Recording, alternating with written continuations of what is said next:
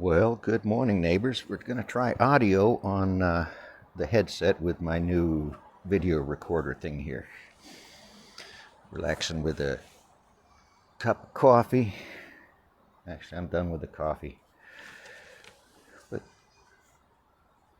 looking at a UCS magazine, Union of Concerned Scientists. I don't know if this will be backward on the broadcast or not, but I get this little magazine once in a while from UCS USA. Union of Concerned Scientists, a group, an organization of engineers, basically, because there's no degree called scientists. So somewhere there's a miss in what the role and responsibilities of engineering is within our society. Chemical engineering, mechanical, electrical. Many of these disciplines I worked under license to, with, of. It was part of massive projects, which you drive by, that chemical refinery down in Texas. There's some touch points there. Nuclear waste facility in Aiken, South Carolina, Savannah River site, one of the most top secret sites still in the nation. Stores 30,000 plus tons of plutonium retrieved from across the planet by an agency called the NNSA, which is their job to keep us safe from nuclear risks. So what does UCS got to say? Well, there's a great article in here. Are advanced nuclear reactor designs better? Now, usually what I do when I come up with one of my topics, I've read about 10 articles like this, or maybe 3 articles like this, and 7 papers. And 4 of those papers I read centuries ago on these things.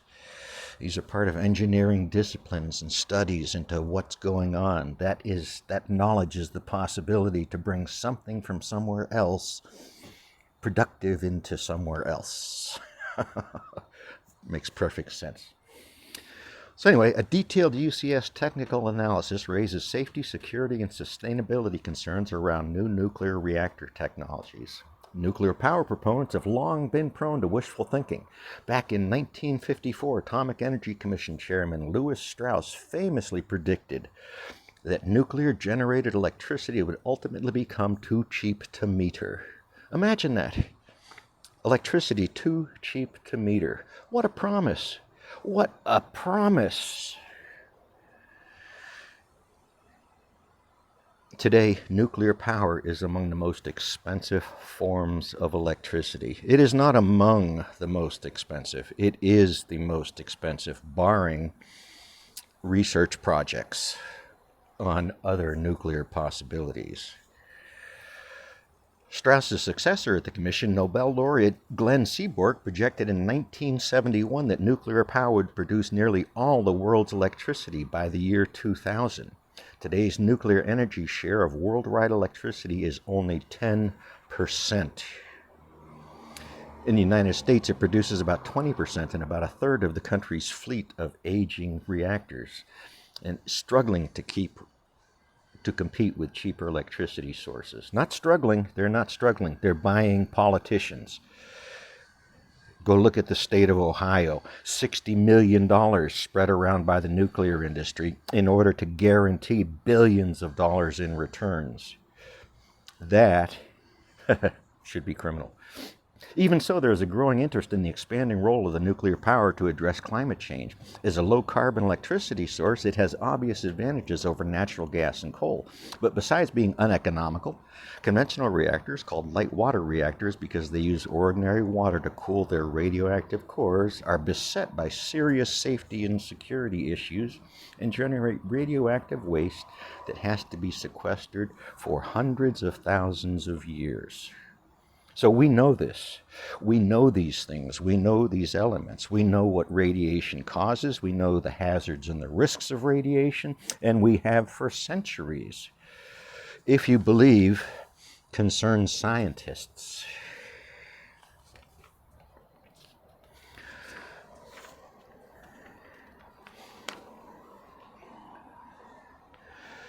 So the article goes on to speak about enter advanced reactor design. Undaunted, some nuclear energy developers are now promoting what they call advanced reactor designs as a solution. Advanced, ooh! Unlike light water reactors, these non-light water reactor designs rely on materials other than water for cooling, including liquid sodium, helium, and molten salt. Some developers contend that these reactors, which are still in the concept stage, will solve all the problems that plague light water reactors and be ready for prime time by the end of the decade. Okay, I'm going to stop reading at this point. I really should go on. If you ask, I will. Here's the facts on any of the designs, and they cover the designs in here. A few paragraphs on each of what the proposals are. The real truth is none of this is new. Every one of these ideas is rooted in decades-old science and engineering and ideas and patents, and they've simply been refreshed. They've been updated, and yet they don't work. There is no operating system that uses these things after decades of study. Why would that be?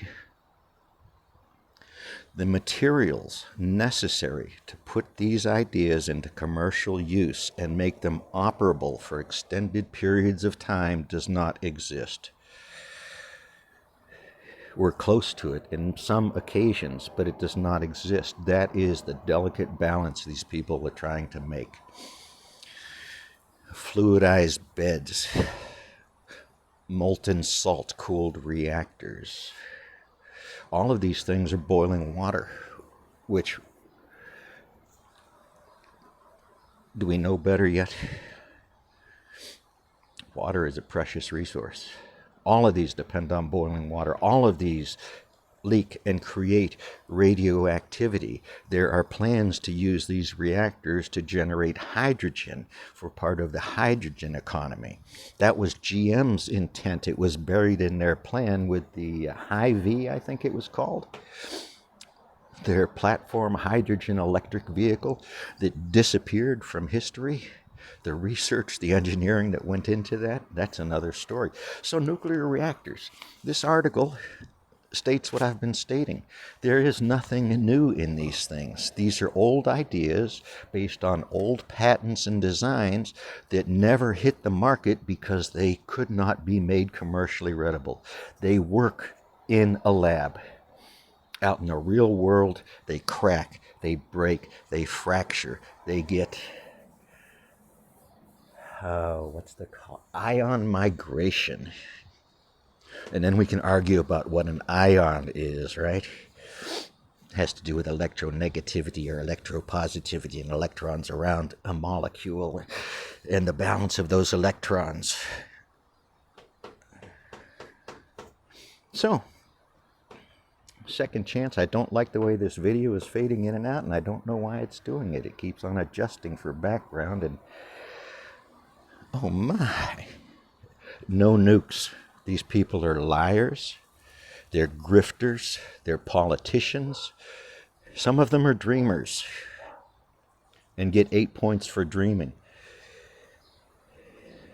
The waste cycle, the nuclear waste already stored at 150 plus U.S. nuclear commercial power plants,